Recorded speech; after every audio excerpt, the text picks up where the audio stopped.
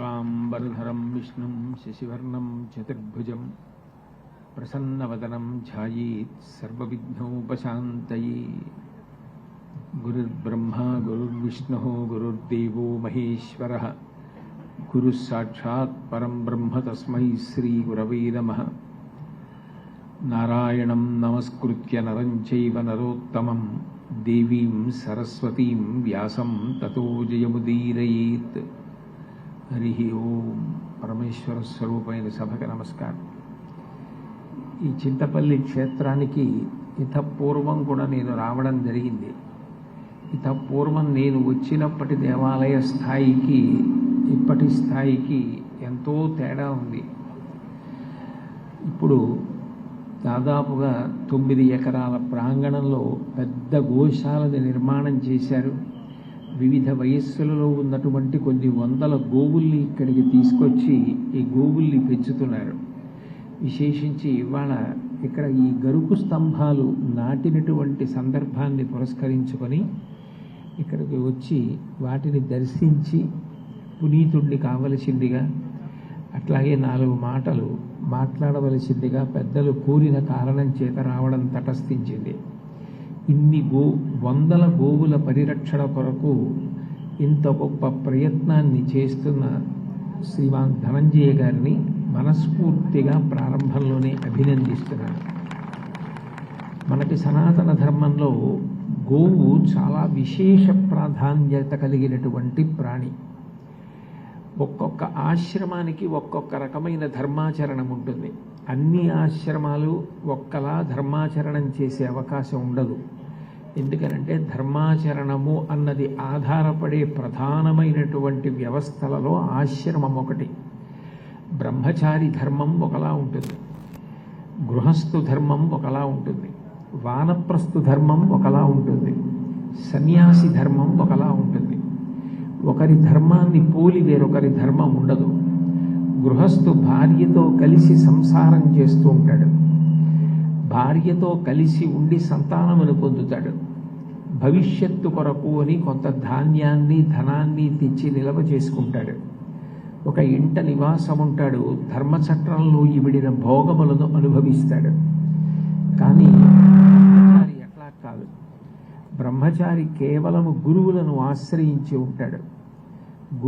గురువులను ఆశ్రయించి శాస్త్రాధ్యయనం చేసి తదనంతరం జీవితం పండించుకోవడానికి కావలసిన విద్యని సముపార్జన చేస్తాడు. బ్రహ్మచారి భార్యతో కలిసి ఉండే అవకాశం ఉండదు, ఎందుకంటే అప్పటికి వివాహం కాలేదు కనుక. అట్లాగే ఒక ఇంట్లో నివసించే అవకాశం ఉండదు. గురువు గారి దగ్గర ఉండి గురు శుశ్రూష చేస్తూ గురుపత్ని ఆజ్ఞాపించినట్టుగా భిక్షాటన చేసి తీసుకొచ్చిన అన్నాన్ని మాత్రమే తింటూ జీవనం చేస్తాడు. కాబట్టి గృహస్థు చేసేటటువంటి ధర్మాన్ని బ్రహ్మచారి చెయ్యడు. ఒక ఆశ్రమంలో ఉన్న వాళ్ళు వేరొక ఆశ్రమంలో ఉన్న ధర్మాన్ని పాటించరు. ఏ ఆశ్రమ ధర్మం ఆ ఆశ్రమానిదే. బ్రహ్మచారి ఉన్నాడు అంటే త్రికాల సంధ్యావందనం, గాయత్రి మంత్ర జపం, సమిధాదానం ఇటువంటివి ఆయనకి విధులుగా చెప్పబడతాయి. గృహస్థు యజ్ఞయాగాది క్రతువులను నిర్వహిస్తాడు, నిత్య పూజ నిర్వహిస్తాడు. కానీ అన్ని ఆశ్రమాల వాళ్ళు కూడా పూజ చేసేటటువంటి ఏకైక జీవి గోమాత. గోమాతని మాత్రం బ్రహ్మచారి పూజ చేస్తాడు, గృహస్థు పూజ చేస్తాడు, వానప్రస్థు పూజ చేస్తాడు, సన్యాసి పూజ చేస్తాడు. గోవుని సాక్షాత్తుగా సమస్త దేవతల యొక్క సమాహార స్వరూపంగా సనాతన ధర్మంలో పూజ చేస్తారు. గోవుకొక్కదానికి పూజ చేసిన కారణం చేత సమస్త దేవతల యొక్క పూజ పూర్తి చేసినట్టే. జీవన్ముక్తులు, మహాపురుషులు, అపర శివావతారులు, శృంగేరి పీఠాధిపత్యం వహించిన మహాపురుషులు శ్రీ శ్రీ శ్రీ చంద్రశేఖర భారతీ మహాస్వామి వారు. అటువంటి చంద్రశేఖర భారతీ స్వామి వారు ఒకప్పుడు శారదాదేవి ఆలయంలో దర్శనం చేసుకుని పూజ కోసమని వెడుతున్నారు. వెనక శిష్యులు పూజా ద్రవ్యాలన్నీ పట్టుకుని వెడుతున్నారు. ఆయన లోపలికి వెడదామనుకునే సమయానికి దేవాలయం ముందరకి ఒక గోవు వచ్చి పడుకుంది. అక్కడ శిష్యులు గబగబా గోవుని అడ్డంగా పడుకుంది కాబట్టి దాన్ని లేపి పక్కకి పంపించేస్తే పీఠాధిపతులు దేవాలయంలోకి వెళ్ళి పూజ చేస్తారన్న ఉద్దేశ్యంతో ఆ గోవుని లేపి పైకి పంపించేసే ప్రయత్నం చేస్తున్నారు. వెంటనే చంద్రశేఖర భారతీ స్వామి వారు జోక్యం చేసుకుని, మీరు ఆ గోవుని లేపకండి, దాన్ని పక్కకి పంపించే ప్రయత్నం చెయ్యకండి. ఎందుచేతనంటే అట్లా చేసినట్లయితే అది దోషం. దేవాలయంలో ఉన్నటువంటి శారదామాతయే గోమాత రూపంలో బయట పడుకుని ఉన్నది. నేను గోమాత పూజ చేసినట్లయితే శారదామాత యొక్క పూజ చేసేసినట్లే. కాబట్టి నేను గోమాత పూజ చేసి వెళ్ళిపోతానని శిష్యులు తీసుకొచ్చినటువంటి ఆ సంభారములన్నిటితోటి దేవాలయం బయట పడుకున్నటువంటి గోమాతకి పూజ చేసి వెళ్ళిపోయారు. అంటే లోపల ఉన్నటువంటి శారదామాత, దేవాలయంలో విరాజమానురాలైన శారదామాత యొక్క పూజకి ఆ దేవాలయం బయట పడుకుని ఉన్న గోమాత యొక్క పూజకి మధ్య ఏ విధమైన భేదము లేదు అని నిర్ణయించారు చంద్రశేఖర భారతీ స్వామి గారు. ఒక్క గోవుకి పూజ చేసినంత మాత్రం చేత ఆ రోజున సమస్త దేవతల పూజ పూర్తి చేసినట్టే. మనం ప్రతిరోజు గృహదేవతలని మన ఇంట్లో ఉండే దేవతలకు నైవేద్యం పెడతాం. సాధారణ నియమం ఏమిటంటే మనం ఏది నైవేద్యం చేస్తామో ఆ నైవేద్యం చేసిన పదార్థాన్ని దేవతలు కేవలము తమ కన్నులతో చూసి స్వీకరిస్తారు అని. అన్ని ప్రాణులు ఒక్కలా స్వీకరించాలని నియమం లేదు. దేవతలు చేసే కార్యాలన్నీ చేతులతో చెయ్యరు, కేవలము తమ చూపుల చేత చేస్తారు. అందుకే దేవతల యొక్క చూపుకి అంత గొప్పతనం. శంకర భగవత్పాదులు బ్రహ్మచారిగా ఉండగా చేసిన మొట్టమొదటి స్తోత్రం కనకధారా స్తోత్రంలో అమ్మవారు తన చూపులతో ఈ సృష్టి స్థితి లయములను ఎట్లా చేస్తుందో నిర్వచిస్తూ కనకధారా స్తవం చేశారు. ఆ కనకధారాస్తవం అంతా కూడా కేవలం అమ్మవారి యొక్క చూపుల వైభవాన్ని వర్ణించారు. అంటే చూపుల చేత ఆ తల్లి ఏ కార్యాన్నైనా చెయ్యగలదు అని. విశ్వామరేంద్ర పద విభ్రమదానదక్షం ఆనందహేతురధికం మురవిద్దిశోపి ఈశన్ నిషీదతు మయీక్షణమీక్షణార్థ ఇందీవరోదర సహోదర మిందిరాయాహ అంటారు. దేవేంద్ర పదవిని ఇంద్రుడికి ఇచ్చేటప్పుడు కూడా ఆమె కేవలము తన చూపుల చేత ఇస్తుంది. ఈ సృష్టి స్థితి లయ అన్న 3 కార్యములను నిర్వహించేటప్పుడు పరబ్రహ్మము కేవలము తన చూపుల చేత నిర్వహిస్తాడు. అందుకే కేళిలోల విలసదృగ్జాత సంభూత నానాకంజాత భవాండ కుంభకు మహానందాంగన డింబకున్నంటారు పోతన గారు ప్రార్థనా పద్యంలో భాగవతంలో. తన చూపుల చేత ఈ బ్రహ్మాండములన్నింటినీ కూడా సృష్టి చేసి నిర్వహించి మహాప్రళయమునందు లయం చేసేటటువంటి లక్షణమున్న పరమాత్మ కూడా కేవలము తన చూపుల చేత చేస్తారు. కేవలము చూపుల చేత ఈ సమస్త కార్యములను నిర్వహించగలిగిన పరమాత్మ అన్ని ఆశ్రమముల వారిని ఉద్ధరించడం కోసమని, అన్ని ఆశ్రమాల వాళ్ళు పూజ చెయ్యడానికి వీలుగా ఉండే అవకాశాన్ని కల్పించడం కోసం గోమాత రూపంలో అవతరించాడు. నిజానికి పరమాత్మకి స్త్రీ పురుష భేదం ఉండదు. అందుకే పోతన గారు భాగవతంలో స్త్రీ పురుష నపుంసక మూర్తియును కాక తిర్య కమర నరాది మూర్తియును కాక కర్మ గుణ భేద సరసత్ప్రకాశి కాక వెనుకనన్నియుతానగు విభుతలంతు అంటారు. కొంతమంది అమాయకత్వంతో ఏదో విష్ణువాలయంలో లలితా సహస్రం చదివారనుకోండి, అదేదో చాలా అపచారం జరిగిపోయిందేమో, అలా జరగకూడదేమో, అలా చదవకూడదేమో అని బెంగపెట్టేసుకుంటారు. కొంతమంది శివాలయానికి వెళ్ళి విష్ణునామని చెప్పారనుకోండి, అలా చెప్పకూడదేమో అని బెంగెట్టుకుంటారు. అట్లా ఏం ఉండదు. ఉన్న ఒక్క పరమాత్మయే అన్ని రూపాలతో ప్రకాశిస్తూ ఉంటాడు. ఆ విషయం నేను కాదు చెప్పింది. 12 స్కంధముల భాగవతాన్ని ఆంధ్రీకరించి శివపంచాక్షరి మహామంత్రాన్ని జపం చేసి రామచంద్రమూర్తి సాక్షాత్కారం పొంది రామచంద్రమూర్తి యొక్క అనుజ్ఞ మేరకు 12 సంస్కృత భాగవత స్కంధములను ఆంధ్రీకరించిన పోతన గారు చెప్పిన మాట. కాబట్టి ఆ ఒక్క పరమాత్మయే అన్ని రూపములు పొందుతుంటాడు. ఏకస్త్వమేవ బహుధా భవభాసి లోకే నిశంకధీర్ వృషభకేతన మల్లినాథ శ్రీభ్రామరీ ప్రియ సుఖాశ్రయలోకనాథ శ్రీమల్లికార్జున విభో తవ సుప్రభాతం అంటారు. మూడుగా కనపడతాడు బ్రహ్మ విష్ణు మహేశ్వరుడుగా. చివరికి ఆ ఒక్కడే మూడుగా కనపడుతున్నాడని అర్థమవుతుంది. మూడు లోకములకు, మూడు కాలములకు, మూడు మూర్తులకు మూలమగుచు భేదమగుచు తుదికి అభేదమయ్యొప్పారు బ్రహ్మమనగ నీవే పాలనయన అంటారు భాగవతంలో.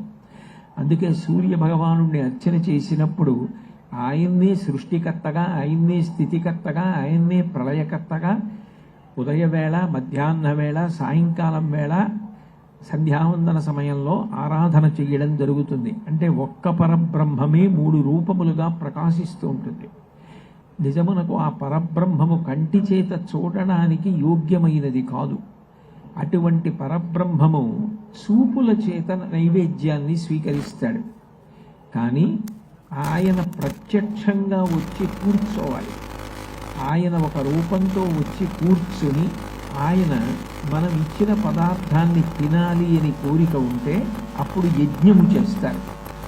యజ్ఞము మూడు ప్రయోజనముల కొరకు చేస్తారు. ఒకటి, ఇహమునందు ఏదైనా తీరని కోరిక ఉంటే అలా కోరిక తీరక దుఃఖించడానికి కారణమైన పాపమును పోగొట్టుకోవడానికి యజ్ఞం చేస్తారు. ఏదైనా చెప్పాలి అంటే మన ఊహోపోహల చేత చెప్పినది సత్యము కాదు. శాస్త్రమును అనుసరించి చెప్పినదేదో అది మాత్రమే సత్యం. తస్మాత్ శాస్త్రం ప్రమాణంతే కార్యాకార్యం వ్యవస్థితం. శాస్త్రము ప్రమాణము తప్ప అన్యములు ప్రమాణములు కావు. కాబట్టి శాస్త్రమును ప్రమాణముగా విచారణ చేస్తే శ్రీరామాయణ కాలంలో దశరథ మహారాజు గారంతటి వాడు కొడుకులు లేకపోతే కొడుకులు పుట్టకపోవడానికి అడ్డొచ్చిన పాపాన్ని పోగొట్టుకుని పుత్ర సంతానం పొందడం కోసం అశ్వమేధయాగం చేశాడు. పాపము పోయిన తరువాత పుత్ర సంతానాన్ని పొందడానికి పుత్రకామేష్టి చేశాడు. ఇష్టింతేహం కరిష్యామి పుత్రియాం పుత్రకారణాత్ అధర్మ శిరసి ప్రోక్తై మంత్రై సిద్ధాం విధానత అంటాడు ఋష్యశృంగుడు. నీ పాపం పోయింది, ఇప్పుడు నీకు పుత్ర సంతానము కలగడం కోసం పుత్రకామేష్టి చేయిస్తున్నాను అంటాడు. అంటే యజ్ఞము దేని కొరకు చేస్తారు అంటే ఇహమునందు మనకు ఏదైనా ఒక ప్రధానమైన అవసరం తీరకపోతే అలా ఆ అవసరం తీరకుండా అడ్డొస్తున్నటువంటి పాపము ఏది ఉందో పాపమును తొలగించుకోవడానికి యజ్ఞము చేస్తారు. రెండవది, ఈ శరీరము శాశ్వతము కాదు. కొంతకాలం ఉన్న తర్వాత ఏ శరీరమైనా పడిపోవలసింది. అది ఎంత పవిత్రమైన శరీరము కానివ్వండి, కోటాను కోట్ల మంది చేత నమస్కరింపబడిన శరీరం కానివ్వండి, ఆ శరీరం పడిపోతుంది. కంచి కామకోటి పీఠాధిపత్యం వహించిన మహాపురుషులు 68వ పీఠాధిపతులు జగద్గురు శ్రీ శ్రీ శ్రీ చంద్రశేఖరేంద్ర సరస్వతి మహాస్వామి వారంటే 2 చేతులెత్తి అందరూ నమస్కరించారు. అటువంటి మహాపురుషుడి శరీరం కూడా కాలమునందు వెళ్ళిపోతుంది. వారు శాశ్వతముగా ఆత్మస్వరూపులై ఉండిపోతారు. కానీ శరీరము పతనమైపోతుంది. అందరూ మహాపురుషుల శరీరము వెళ్ళిపోవలసిందే. ఎవరి శరీరమైనా వెళ్ళిపోతుంది. కానీ శరీర పతనానంతరము జీవుడు ఉన్నత లోకములను పొందాలి, స్వర్గాది లోకములను పొందాలి అంటే దాని కొరకు యజ్ఞము చేస్తారు. అందుకే శతక్రతుమివాసీనం అంటారు. 100 యజ్ఞములు చేసిన వాడెవరో ఆయన దేవేంద్ర పదవిని పొందుతాడు అని. శరీర పతనానంతరము ఉన్నత లోక ప్రాప్తి కొరకు యజ్ఞము. అట్లాగే మూడవది, నాకు పుణ్యము అక్కర్లేదు, పాపము అక్కర్లేదు, లోకమంతా ప్రశాంతంగా ఉండాలి అంటే యజ్ఞం చేస్తాను. అందుకు నేను యజ్ఞం చేస్తానని చేసేవారు కొంతమంది ఉంటారు. ఈ 3 ప్రయోజనముల కొరకు యజ్ఞం జరుగుతుంది. ఈ యజ్ఞము అన్న విషయం గురించి ఒక స్పష్టమైన అభిప్రాయము చాలా అవసరం. ఒక చక్రం తిరగడానికి ఇరుసు ఎలా ప్రధానమై ఉంటుందో ధర్మము అన్న చక్రం తిరగడానికి యథార్థమునకు యజ్ఞమే ఆధారము. భగవద్గీతలో గీతాచార్యుడు ఒక మాట అంటాడు, అన్నాద్భవంతి భూతాని పర్జన్యాత్ అన్న సంభవ యజ్ఞాద్భవతి పర్జన్యో యజ్ఞ కర్మ సముద్భవం ఏవం ప్రవర్తితం చక్రం నానువర్తయతీహయ అఘాయురింద్రియారామో మోహం పార్థ సజీవతి అంటాడు. యజ్ఞము చేస్తే దేవతలు సంతోషించి వర్షం కురిపిస్తారు. యజ్ఞము చేస్తే మనం ఏం చేస్తాం? హవిస్సులు ఇస్తాం. ఇప్పుడు అక్కడ హోమం చేశారు. హోమం చేసినప్పుడు దేవతల పేరు చెప్పి వాళ్ళని పిలిచి స్వాహ అంటారు. దేవతలకైతే స్వాహాకారం, పితృదేవతలకైతే స్వధాకారం. స్వాహాకారంతో మనం ఆ హవిస్ ఇచ్చినప్పుడు అది తినడం కోసం దేవతలందరూ వచ్చి ఆ యజ్ఞశాలలో కూర్చుంటారు. అందుకే యజ్ఞశాలకి ప్రదక్షిణం చేయమని చెప్తారు పెద్దలు. అట్లా యజ్ఞం చేసినప్పుడు దేవతలు ప్రత్యక్షంగా తింటారు. అలా తిన్న తర్వాత వాళ్ళు సంతోషించి అందరూ బాగుండాలని వర్షం కురిపిస్తారు. వర్షం కురిపిస్తే మనుష్యులు ఒక్కరే కాదు, సమస్త ప్రాణులు సంతోషిస్తాయి. ఎందుచేతనంటే ఆ